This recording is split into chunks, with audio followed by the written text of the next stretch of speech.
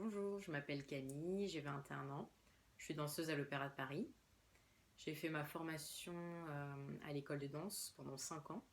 Donc je suis rentrée, pas par le petit stage, mais par le grand stage, donc vers 10-11 ans. Et en première division, j'ai tenté le concours d'entrée pour la compagnie de l'Opéra de Paris. Et ça va faire ma quatrième saison au sein du ballet. Du coup, je suis vraiment hyper heureuse parce que voilà, le fait d'avoir intégré cette compagnie, c'est un rêve qui s'est réalisé de devenir danseuse. Pour le concours d'entrée, ça se déroule d'une part avec un cours en studio. Donc je trouve ça intéressant parce que ça montre le travail qu'on fait au quotidien, à l'école, tous les jours. Donc ça c'est intéressant. Et d'une autre part, on a une variation qui est imposée. Alors mon année c'était une variation de Paquita, je crois, que je connaissais pas, donc une nouvelle variation que j'ai apprise. Et qui se fait sur la scène de l'Opéra de Paris. Donc ça montre d'un côté notre capacité à travailler en cours, mais également notre capacité à gérer la scène, le track, l'espace. Donc ça a été vraiment un cap, je trouve, qui m'a marqué et qui a été important. Parce que même si on a l'habitude de cette scène de l'Opéra de Paris lors de nos spectacles de l'école de danse ou lors des démonstrations, c'était la première fois où je me retrouvais seule en scène sur la scène de l'Opéra de Paris. Parce que j'avais fait des petits concours, j'avais déjà été en scène, mais disons avec plusieurs personnes. Après, j'avais déjà été en scène seule, mais seule sur la scène de l'Opéra de Paris, c'est quand même un cap important et je pense que je me rappellerai toute ma vie.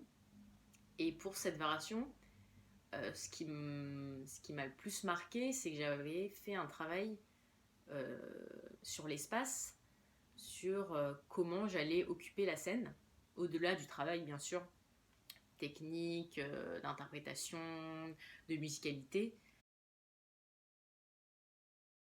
Soit je la prends sur vidéo, mais en général je l'ai vue beaucoup de fois avant. Soit on me l'apprend, donc c'est transmise par mon professeur, par mon coach, euh, et à partir de là, je la travaille au niveau technique, au niveau interprétation. Je me renseigne, s'il y a une histoire, je me renseigne sur l'histoire. Je lis le livre qui, par exemple, si c'est Don Quichotte, je vais lire Don Quichotte. Si c'est Onegin, je vais lire Eugène Onegin. Donc vraiment, j'essaye de me renseigner sur le contexte s'il y en a un. Et j'écoute aussi beaucoup de fois la musique pour essayer de vraiment de la ressentir, de bien la comprendre, de comprendre où sont les accents, où sont les nuances. Et à partir de là, voilà, je commence à la travailler, je commence à me l'approprier. Et au fur et à mesure, on trouve de la facilité dans les mouvements, de la facilité dans la technique. Bien sûr, on trouve des astuces, des astuces. Plus on la fait, plus on se dit, alors là, je vais penser à, à bien tendre ma jambe, à mettre plus mon pied en dehors. Donc après, ça c'est plus le côté gestuel, le côté technique, mais ça, logiquement, c'est quelque chose qu'on a naturellement ou qu'on essaye d'avoir naturellement. En tout cas, c'est ce qu'on fait tous les jours au cours. Tous les jours, on se remet en question. On se dit, alors aujourd'hui, j'ai travaillé sur ça. Et donc après, ça devient assez automatique quand on aborde les variations.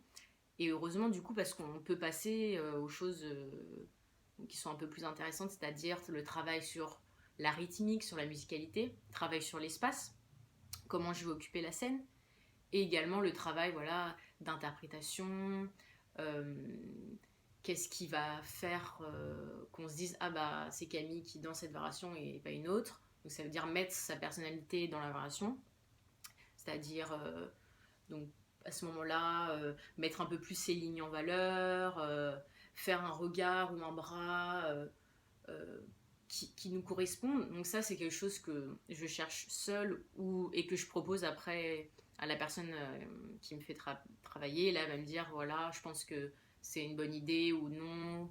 Donc il y a vraiment une recherche, soit seule, soit avec la personne avec qui je travaille. Après, j'utilise également aussi beaucoup la vidéo. J'ai l'impression que j'arrive mieux en tout cas à comprendre ce que je fais faux ou ce que je fais pas faux, ce que je pourrais retravailler en me voyant. À partir de là, donc le but c'est de devenir le plus à l'aise possible avec la technique, avec cette musicalité et d'en jouer. Et je trouve ça vraiment très intéressant au final, au moment où on arrive à ce stade-là, vraiment le moment où on prend du plaisir, on peut être vraiment soi-même et arriver à tout donner. Ce travail de variation, je l'ai commencé assez jeune parce que je faisais des stages de danse l'été en général. Et dans ces stages, il y avait des cours de répertoire et j'ai toujours adoré faire les cours de répertoire parce que c'était le moment où je pouvais découvrir les variations que je voyais toute l'année quand j'allais voir les spectacles à l'opéra ou ailleurs d'ailleurs. Et je trouvais, du coup, j'essayais vraiment d'assister à voilà, tous ces cours de répertoire. J'ai eu la chance d'apprendre avec Sarah Lamb, donc une soliste du Royal Ballet, la variation de Juliette dans Roméo et Juliette. Donc vraiment, et plus c'était la version de Macmillan, donc vraiment c'était une expérience incroyable parce que pareil, on a son expérience, on a son vécu, elle nous parle du personnage, en plus Juliette, vraiment c'est vraiment un rêve de danser un jour ce rôle. Donc voilà, les stages, ça m'a permis voilà, d'apprendre également des variations comme Bhakti de Maurice Béjart. J'ai eu la chance de travailler avec Isabelle Siravola, Claire-Marie Osta, Carole Arbault. Et à chaque fois, on apprenait vraiment plein de variations. Et du coup, voilà, ça a été un travail déjà qui a été fait en amont. Bon, alors, plus jeune, du coup, on se focalise plus, c'est vrai, sur la technique, sur la manière dont on va danser la variation, plus que sur voilà, ce travail que maintenant j'essaye de faire voilà, sur l'espace, sur la musicalité, sur le personnage, sur l'interprétation. Et je trouve, et je regrette vraiment pas d'avoir fait voilà, ce travail plus jeune. En tout cas, ça m'a permis, je pense, d'aborder les variations sans crainte de la technique.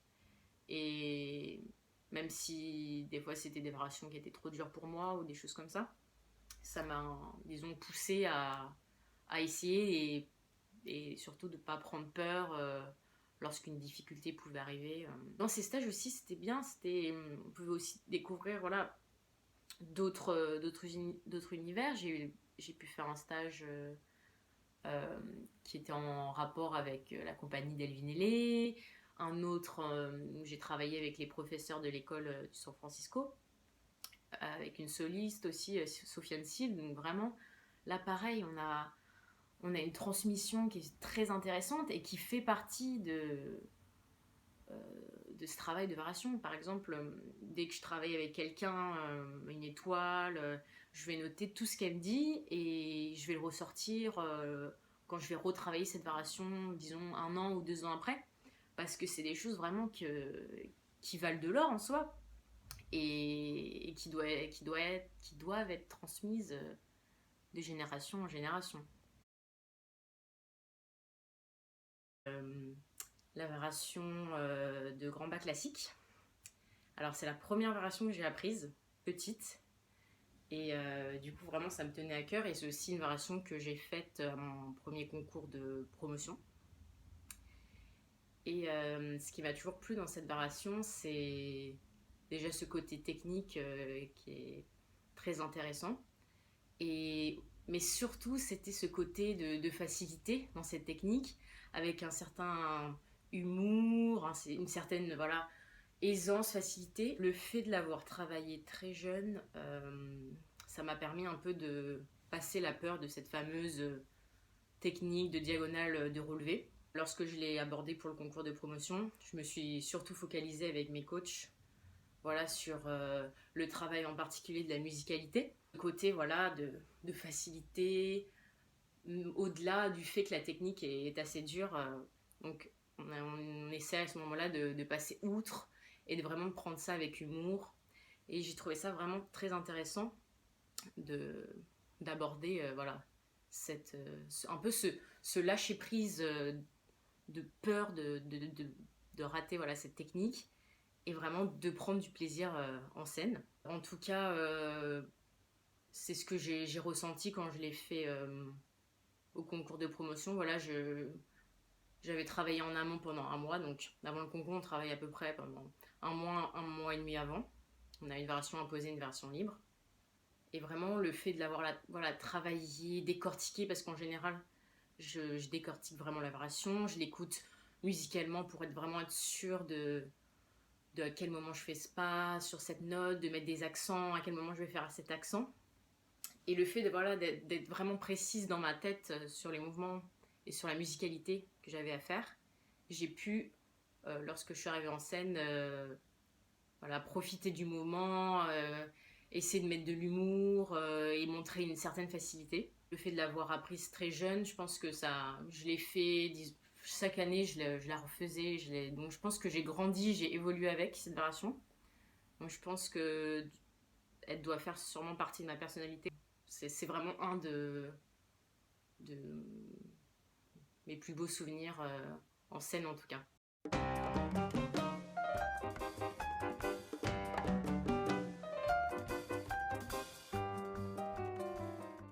La variation de Kitri dans l'acte 3 de Don Quichotte, donc la version de Rudolf Nureyev. Et c'est une variation pour le coup que j'ai abordée en gala et que j'ai travaillé du coup avec une étoile qui l'avait déjà dansé. Je trouve ça important d'aller voir une personne qui a un vécu avec cette variation, qui l'a déjà dansé, parce que elle m'apporte dans ces cas-là voilà, des détails qu'on lui a transmis ou qu'elle a vécu ou qu'elle a expérimenté. C'est une variation vraiment très intéressante parce qu'elle demande une personnalité, un caractère particulier, de mettre une ambiance particulière. Là, pour le coup, en plus, lors de ce gala, et donc l'acte 3 dans Quichotte, c'est le moment du mariage. Et pour le coup, je suis vraiment seule sur scène en gala. Il n'y a pas tous les danseurs autour comme on peut avoir lors du vrai spectacle à l'Opéra Bastille. Il y a un jeu qui doit être encore plus crédible. Et par exemple, donc l'entrée de la variation, elle se fait en bas de scène. Et la danseuse remonte du coup en faisant un tour de scène jusqu'au fond pour commencer sa variation. Et à ce moment-là, j'ai fait vraiment un travail du coup. Déjà, il y a un travail sur l'éventail à faire qui est intéressant parce que il faut savoir le manier. Et en même temps, il y a une certaine énergie, une certaine manière de l'utiliser. Et donc, dans cette remontée, il y a aussi un appel à tous ces danseurs d'habitude qui sont autour. Et on doit vraiment créer une atmosphère pour voilà, les personnes pour le public qui en gala, du coup, n'a pas tout le décor et tous les danseurs qui sont autour. Et du coup, je trouvais ça super intéressant voilà, de, de travailler sur cette ambiance à mettre en scène avant le début de la variation. Et aussi de travailler sur le caractère voilà, de Don Quichotte, qui est quand même une femme qui est quelqu'un de très vivant, très spontané, mais aussi qui sait ce qu'elle veut. Et vraiment, ça doit se montrer dans la variation. Donc j'ai beaucoup travaillé sur ça. Le fait donc d'avoir travaillé avec une étoile aussi, elle a pu m'apporter son vécu en scène. Comment elle a décidé, comment elle faisait, qu'est-ce qu'elle avait rajouté comme geste. Après, bien sûr, moi je le mets dans ma version, c'est-à-dire que je vais le faire correspondre à ma personnalité. Donc avec ce qui est intéressant quand je travaille du coup avec une danseuse étoile ou avec mon coach en général, c'est qu'on recherche le mouvement qui va être le plus crédible et le plus voilà, le plus crédible dans ma personnalité, mais en même temps le plus crédible aussi dans le personnage, parce qu'il faut interpréter le personnage au final. Quand je l'ai fait en gala, bah, j'ai vraiment réussi et j'espère à mettre voilà, cette ambiance, ce côté énergique. Et je pense que ça, c'est le travail en amont qui a été fait en studio qui m'a permis de le faire aussi. Donc, c'est un travail, voilà, donc déjà sur l'espace, comme je disais, il y a vraiment un travail sur l'espace à faire pour prendre toute la scène, un travail de pantomime, bien sûr, du coup, dans cette narration, et un travail aussi de la musicalité, bien sûr, parce que le fait d'interpréter quelqu'un qui est énergique, qui est vivant, on doit bien sûr travailler, voilà, sur cette musicalité, sur les nuances, sur la rythmique, sur les accents à mettre, à quel moment les mettre. Et du coup, ça aussi, c'est une recherche que j'essaye de faire, et de plus en plus, de où est-ce que je vais mettre l'accent pour que ça rende la meilleure interprétation possible du personnage. Voilà, donc plein de petites choses comme ça. Je crois que c'est un ballet que j'ai, depuis toute petite, toujours rêvé de danser.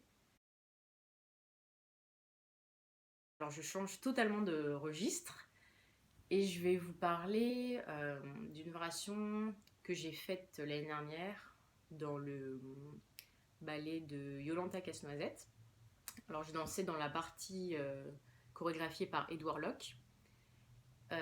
Et donc là, pour vous mettre dans le contexte, c'est une partie au deuxième acte où il y a plein de peluches et d'énormes poupées sur scène, donc vraiment qui prennent tout l'espace de la scène de Garnier. Et ce que j'ai trouvé très intéressant, c'est ce personnage que m'a demandé de faire Edouard Locke, c'est-à-dire je devais interpréter quelqu'un de plus vivant que toutes ces géantes poupées qui prenaient vraiment tout l'espace. Donc il fallait vraiment mettre une énergie dans le fait de montrer qu'on était encore plus vivante, et heureusement bien sûr parce qu'on interprète l'être humain qu'on soit, donc montrer qu'on était très vivante voilà, sur le plateau. Il y avait ce caractère à trouver, mais il y avait aussi le fait qu'on était essayé d'interpréter un caractère également autoritaire, comme si on était en train de prendre possession de cet environnement totalement un peu déjanté. Donc, il y avait ce côté vivant, ce côté autoritaire, et également ce côté un peu déjanté, loufoque, névrosé à mettre en place. Et c'était très intéressant parce que bon, c'est pas quelque chose que j'ai l'habitude de faire. Surtout en plus que je dansais en talons hauts, donc c'est pas non plus quelque chose que j'ai l'habitude de faire non plus. Alors, le travail qui a été fait, ça s'est fait vraiment en amont. C'est-à-dire qu'au départ, on a travaillé surtout voilà, sur la mise en scène, la mise en mouvement autour de ces poupées. Donc on a commencé par travailler sur cet aspect vivant, énergique, qui vraiment devait attirer l'œil du public. Vraiment, on devait attirer l'œil du public. Parce qu'on était tellement beaucoup plus petite par rapport à toutes ces gigantesques poupées. Donc vraiment, on devait voilà, attirer l'œil. Et après, au fur et à mesure, on a travaillé sur ce côté autoritaire et névrosé. Mais ça s'est fait par la gestuelle. C'est-à-dire le fait de travailler tous les jours ce geste. Alors c'est des gestes assez particuliers, c'est des gestes très névrosés, avec beaucoup de puissance, donc on peut sentir voilà, ce côté possession, ce côté possessif, autoritaire.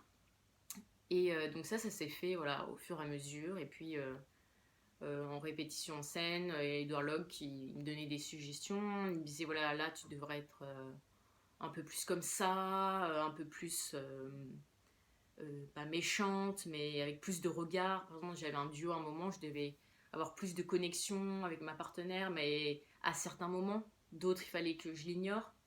Donc il y avait voilà, tout ce travail de scène à mettre en place. Ça nous fait vraiment sortir de notre zone de confort totalement. Voilà. Donc c'est comme ça que j'aborde mon travail de variation. Merci!